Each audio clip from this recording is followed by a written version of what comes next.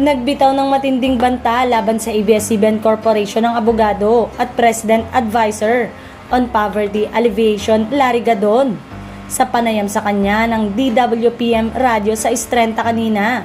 Direktang nagbitaw ng banta si Gadon laban sa Kapamilya Network. Ito ay matapos ibalita ng ABS-CBN News ang pahayag ni Gadon sa government-owned channel na PTV4. Nakakahaka lang ang kahirapan sa Pilipinas. Tungkol naman ito sa questionableng pagmamay-ari ng Kapamilya Network sa lupang kinatitirikan nito sa Quezon City na ani ay naging laman ng huling pagdinig sa Kamara.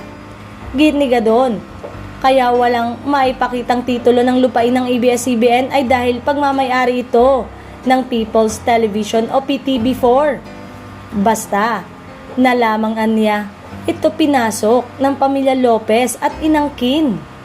Pati na rin umano ang dokumento ng pag-turnover sa mga kagamitan ng PTV4 sa ABS-CBN ay hindi maipakita ng kumpanya. Tignan mo naman yung ginagawa na yan ng ABS-CBN, dapat talaga sunugin yung studio na yan.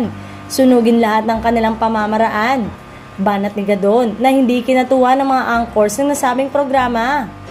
Magpapadala umano siya ng sulat sa Kongreso para muling buksan ang investigasyon sa ABS-CBN.